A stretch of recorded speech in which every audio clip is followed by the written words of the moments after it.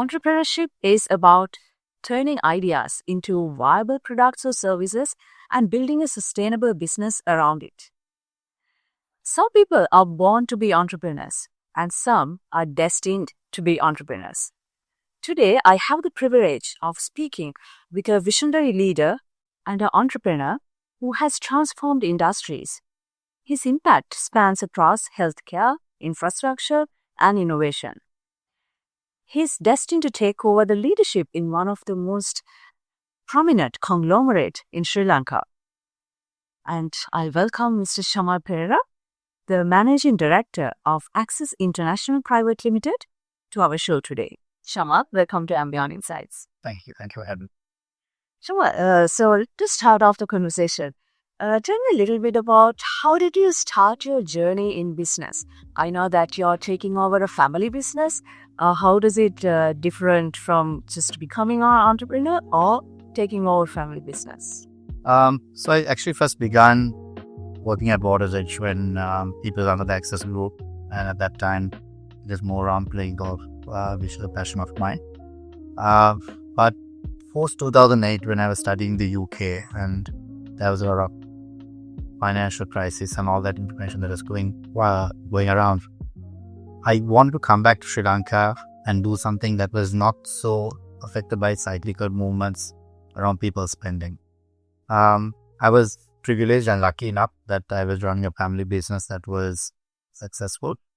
However, the business was more aligned with construction and engineering, which really didn't excite me. That's the engineering part of it. Correct. So it didn't excite me at the time. And at that time, Access Engineering was not a public order company. It was still privately held. My dad was very, very open to the idea of me doing something by myself. Something different. Yeah, something that made me happy. I think as children, as we've always told, follow what makes you happy. And I stumbled upon the healthcare industry. I started by maybe, getting into operating theater, watching surgeries, which kind of sparked interest within me. And that was the beginning of setting up Access Healthcare in 2010. Right. So you started your journey in healthcare business. And that is how you started your journey in business. Yes. I joined in 2009. I was not sure what I wanted to do, and then in 2010 January is when I decided that that's where I wanted to do, or what I wanted to do.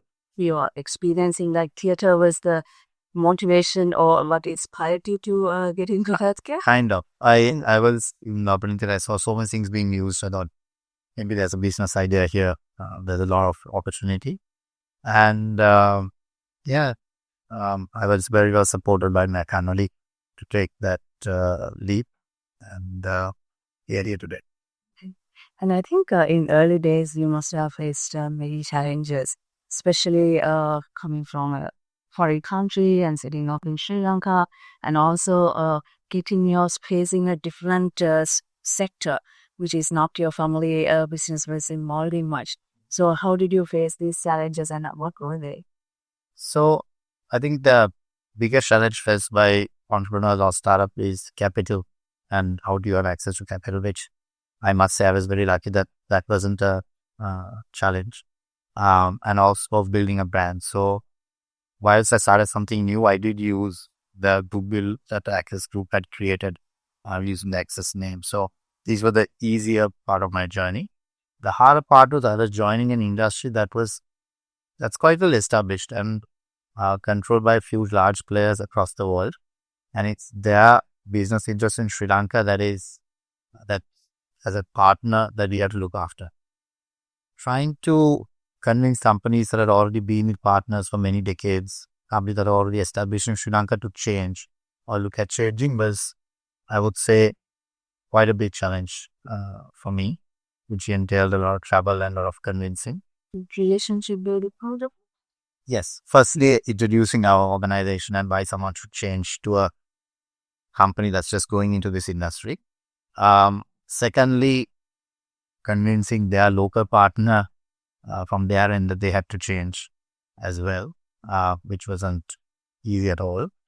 And then, of course, like every medical product has to be registered with the what we call the NMRA, Ministry of Health.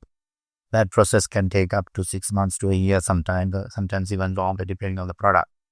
So to be eager to start business, not have a partner, and then when you find the partner, to have to wait 12 months to register their product was the first kind of obstacle and challenge that we faced.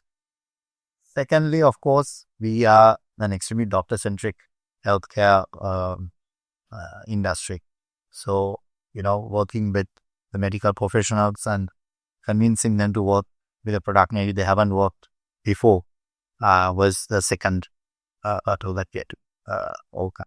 It's not hospital centric, but doctor centric. You need to have the preferred doctors. Kind of. I think once we seek a doctor, not an institution.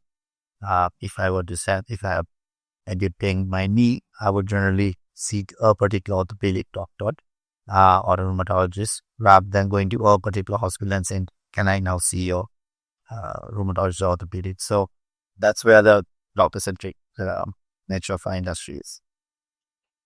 Yeah, sure. I think you're managing a very diverse portfolio. It's not only healthcare and Access International.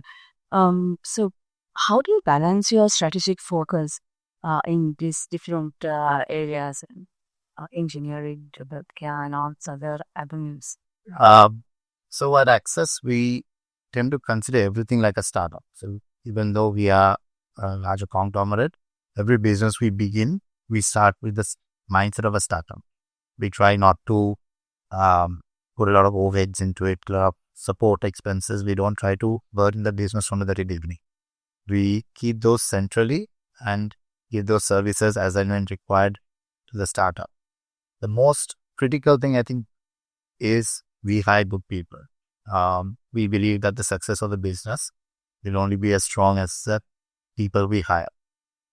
So even though we have a diversified portfolio of industry, in every industry, each company is considered as a profit center, and we have people that we've hired that are only focused on that. They will try to build their organization to the best of their ability, and we will support as the board and then get closer. We have a really, really good partnership model. We have very good business partners. It is coming from our first generation as well, where our business partners are key to overall success. Whilst Access may be majority, in most cases, owned by my family, we are very dependent and we are very grateful for having partners that work as hard as us, or sometimes even harder, to grow the organization. So people focus is on your main asset and enablers and that. We say for the longest time that our three greatest assets are our people. That's a big way of doing business, I guess. You this kind of the word. So you believe in people more than the processes, or the processes supports the people factor? How do you? I think it's different in every industry we are in. For example, if I were to talk about the healthcare industry, people factor is important to build a relationship. However, on the delivery of healthcare services, the process is very important. So it depends on what business you're in. And I think you're a very passionate golfer, and you're hiring Packer in Sri Lanka. So how is your enthusiasm towards sports supports your leadership behavior, or how to manage people? Is it travel connection? How does that do? So I generally, my whole family loves to watch any sport. Come to our house, the TV is constantly on, and we're watching any sport you can imagine. So I did school at St. Thomas's, and it's a school that really would like you to take up sport, and I did play cricket at St. Thomas's as well. My passion for golf came when we began Water's Edge in 2004, and straight out of school, that's the sport that I enough to go. I am lucky, and I'm really glad that I've always been given the opportunity to pursue what I wanted to do. So whilst I hold this responsible force that access, my passion is to do new things constantly. I'm not someone who can stick to the same thing for very long. So every 2 to 3 years, I had to start something new. Innovation. Yeah, even a passion project, I like to do, but I'm very clear in my head whether this is for profit or not.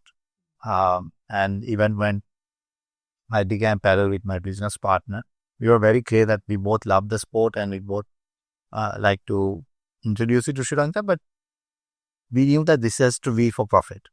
And over the last 18 months, the building of the community and the business has been very, very good. And we look forward to growing better, much more. On the golfing side, yeah, I just love playing the sport. I think people consider the sport very slow. It would be, but it's a very challenging sport over a very long period of time. Um, These are all from Majority of these are, yes, from golf. So that's over the last 20 years. And it's amazing because golf is a sport that, because you get a handicap, it's a great equalizer in playing with a better player than you, or you playing with someone who's just a beginner. So it's always a element of competition that can be created through the golf handicap. To answer your question, how did sports impact my corporate life? I think at St. Thomas's, playing cricket is a team sport. And you're playing with many people across a 10-year span of school. So you learn to work with different people, different personalities. And I think it's no different in the corporate world. We have to work with different personalities. We have to work with different expectations of people, intentions of people. So I think that has really strengthened my skill level in dealing with different people that I had to work with. I know, sure. And your passion towards healthcare, led into for you to buy your 9 belts. How did this takeover happens, and what really inspired you to go and take 9 belts? Uh, so 5 years prior to that is when I started my healthcare business, and I was a supplier to Nine Roads, medical equipment supplier. And I was kind of aware that they were looking at an investment or to take over as they scale the business as well. Um, I remember walking into my dad's bedroom actually and seeing the card of the on the owner at the time. And I said, why do you have this card? And they said, oh, they're looking for us to come and invest into the hospital. And I said, no. I said, no, why do you say no? I'm very keen. That was the 2nd of December. And we met them on the 4th of December, 2024. 2014. And we were told that they had a very short timeline in where they needed investment to restructure their debt and keep the business as a going concern. That evening, me and my business partner, Mr. Theo Fernando, we went to the hospital. We looked around. We said, it's well built. I looked at the medical equipment. I said, it's really good quality. We got estimated value in eye. And purely on that feeling, 12 days later, we completed the transaction and bought over the hospital. It's a very short period for acquisition. There was no time to do any financial or any legal due diligence. It had to be done. And at Access, we really believe in listening to our gut and our sixth sense. So, in 12 days, the transaction was completed. And on the 1st of January 2025, we took over the management. The previous owner stayed on for 2 years and they supported us through the transition as well.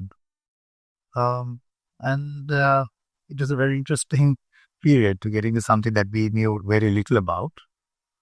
But we knew that we could do it. So with your gut feeling, you went into it, and once you acquired it, there must have been some challenges you had to face in the restructuring the hospital. Yeah, I think the main challenge they had was the balancing the equity and the debt. Using the balance sheet strength of access, we managed to restructure the debt, increase new capital, um, and come to a scenario where we were not always in an emergency. Once that happened, we realized that many doctors love the hospital, but they also hadn't been visiting for lack of confidence in the organization. I personally, I think, visited 78 doctors within a 2-week period, told of our vision, but their feedback on what they wanted the hospital to do in terms of investment, what are the critical areas they found they were not comfortable when there's a risk. And by March that year, 2015, we managed to invest and get everything done. And that brought the doctors back, and together with that, the patients. So, restructuring and getting the doctors was the first priority in the first 3 months, which we managed to do quite successfully. And then, of course, once the patients came, we had to listen to the patients, their experiences. I remember me and my team used to walk into, I think, every patient's room just to hear what they had to say, what their bad was. And then we kept improving the process. That, I think, went on for maybe a year and a half, where myself, Mr. Fernando, and his daughter, who's also a doctor, joined the business. And we realized that we now needed to become a little bit more professional. That's where we went and headhunted and appointed a medical director with experience in medical administration, which has helped us kind of have that continuity in success. And I think, with that, when you're coming into healthcare sector, now that you have about 10 years of experience in healthcare, I'd say, how do you see the challenges of the sector in Sri Lanka and where it is heading towards?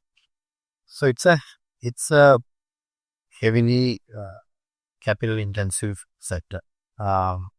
People's outlook is that private hospitals make a lot of money, so on and so forth. That's a point of reference. How much So do you make? a lot of money for the doctor at the hospitals. Yeah, but on the back end, there is a lot of investment that needs to happen. Medical equipment are not cheap. Diagnostic tools are not cheap. Running 24/7 operation with a significant number of people is not easy. And finding doctors and nurses in an industry worldwide where there's a shortage is also a challenge. So, to answer the question on what are the challenges, it's the capital constraints that really affect, because every 5 to 7 years you got to change your medical equipment, and the dollar depreciation over the last 2 years, taxes and the VAT and stuff, it's only made it harder for private hospitals to continue to invest. This is where, because I've had two hats, one as a hospital operator and one as a medical equipment supplier, at Access we've started now leasing equipment to private hospitals, partnering them with a pay-as-you-go model to reduce that burden, but also create another business opportunity at Access for our healthcare business. Worldwide, AI is coming in a big way, especially on the telemedicine, on the diagnostic and the reporting side. We haven't seen that still enter Sri Lanka, not yet, but it will be there. It will come sooner than we expect. And at Nine Wells, we are looking at introducing more of the electronic and digital medical records as we move forward, so that we can be a part of that transition into AI in the future. Interacting in that AI space, I guess.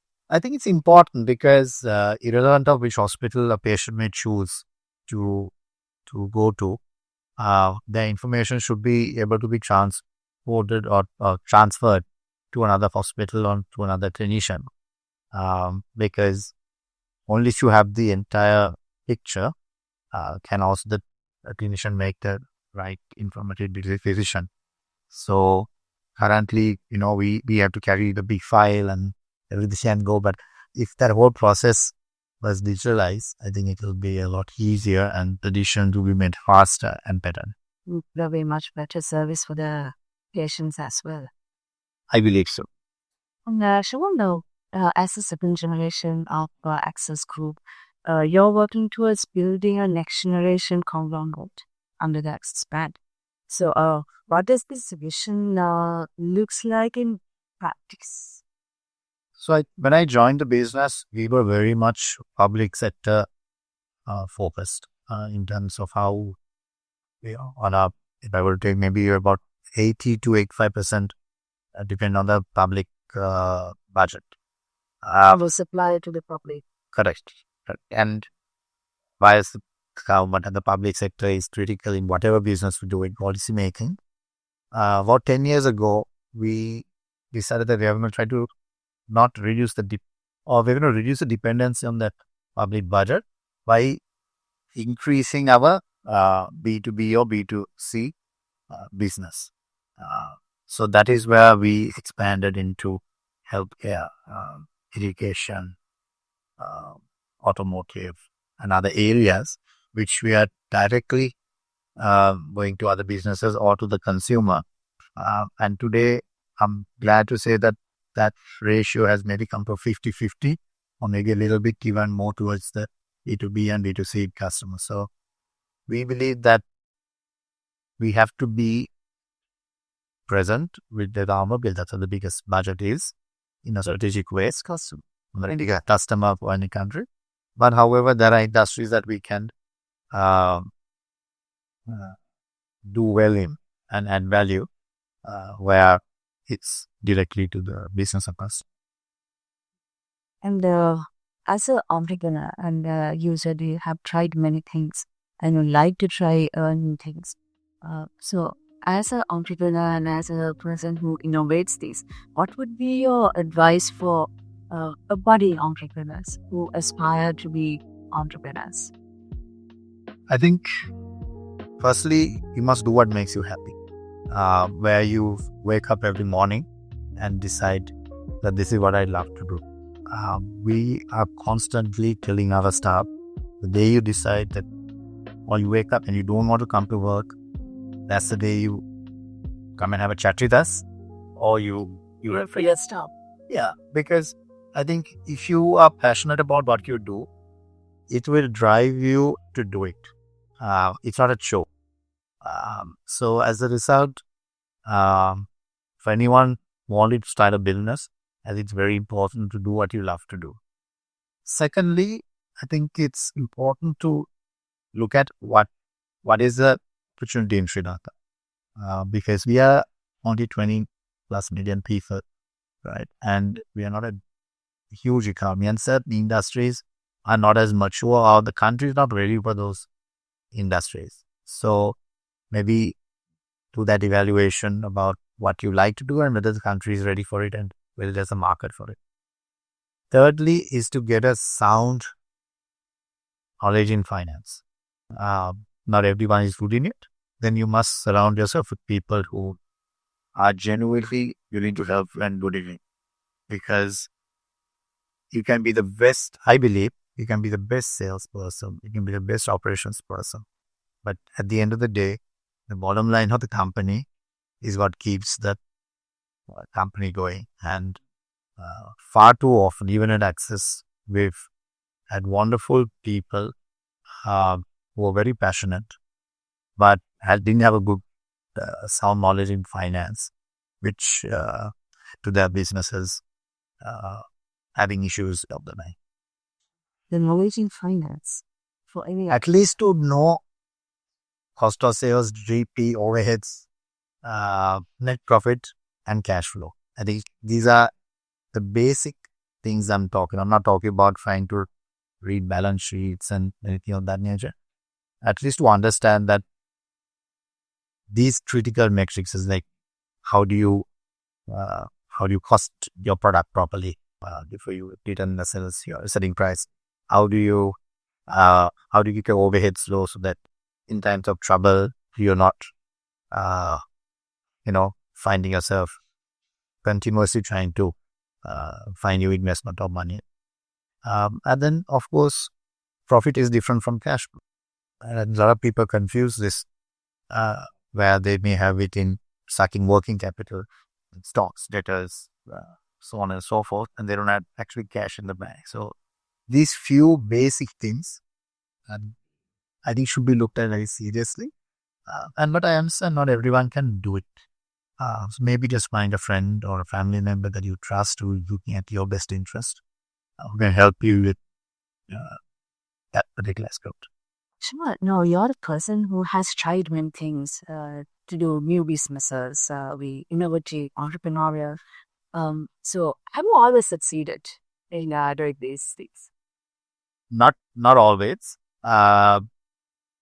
Fundamentally, because we look at the bottom line and the path to the bottom line, we've succeeded in majority of what we've ventured into. However, a lot of the mistakes we've made is again around appointing the wrong person for the job. If I recall, maybe the last three or the three largest mistakes we've made has been appointing someone who didn't understand finance and who was maybe keen on doing sales more and not managing Wrong person is the wrong place. Yes, wrong person for that role. But aside from that, because we have a very clear focus and a path to the bottom line of the organization, we've not made many big mistakes. But it's in choosing the people sometimes that we've not got it 100% good. Okay, so Shamal, last but not least, I'd like to ask you, as a second generation of this group, what do you want Access to become, and what is your vision for Access, and as well as what do you want your legacy to be? How do you want it to be remembered? So maybe I'll start the second part of the question about legacy. I think joining a family business is a wonderful thing. I think it's a great privilege, but it also comes with a great responsibility. The expectations and the heights you need to go to prove yourself in a family business would be considered greater than maybe in a startup.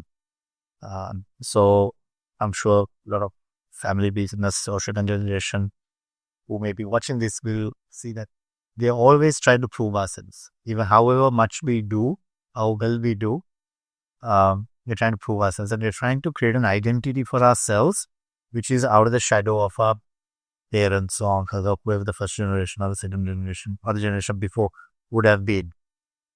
So when it comes to legacy, I only want to leave the company in a stronger position, having made an impact, not only for the financial situation of the company, but for the community at large. Then when I inherited or joined the business. And that's why when I spoke about what are the industries that I like and passionate about, I feel I can create that impact through the healthcare and the education sector that we're born in. And you can see those impacts for many generations to come. So maybe when I'm no more, in someone who would like for them, maybe you say, yeah, this guy did something to change our lives or our children's lives, or someone we know through his business. And in terms of Access, I want it to be an organization that people will want to work for. People will look and say, this is somewhere I can build a career. This is somewhere I can make my future happen.